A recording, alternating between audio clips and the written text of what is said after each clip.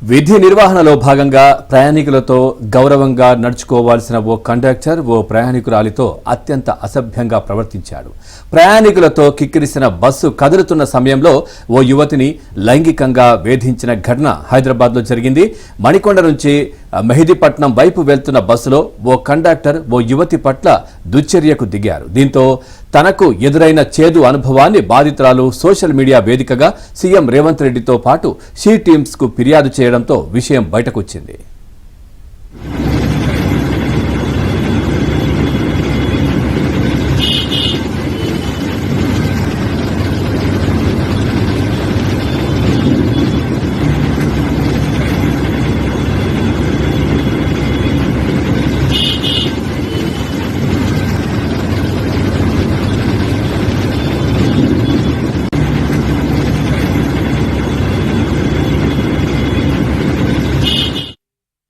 సదరు యువతి మంగళవారం ఉదయం 8 గంటల సమయంలో హిమాయత్ నగర్ వెళ్లేందుకు మణికొండలో ఆర్టీసీ బస్సు ఎక్కింది.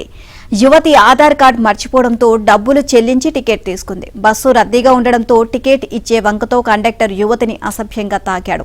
షాకు గురైన యువతి అంకులు ఏం చేస్తున్నారు అంటూ కేకలు వేసింది. వెంటనే అతడు అక్కడి నుంచి వెళ్లిపోయాడు.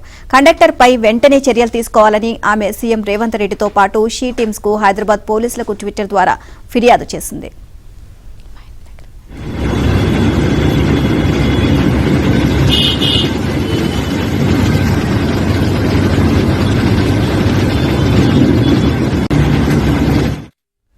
బాధితురాలు చేసిన పోస్టుపై స్పందించిన TGS RTC MD VC Sajjanar సమగ్ర విచారణకు ఆదేశించారు. సంబంధిత డిపో మేనేజర్ ఇచ్చిన నివేదిక ఆధారంగా కండక్టర్పై చర్యలు తీసుకుంటామని ప్రకటించారు. అలాగే బాధితురాల నుంచి ఫిర్యాదును స్వీకరించిన రాయదుర్గం పోలీసులు ఆరోపణలు ఎదుర్కొంటున్న కండక్టర్పై సెక్షన్ 75 కింద ఎఫ్ఐఆర్ నమోదు చేశారు.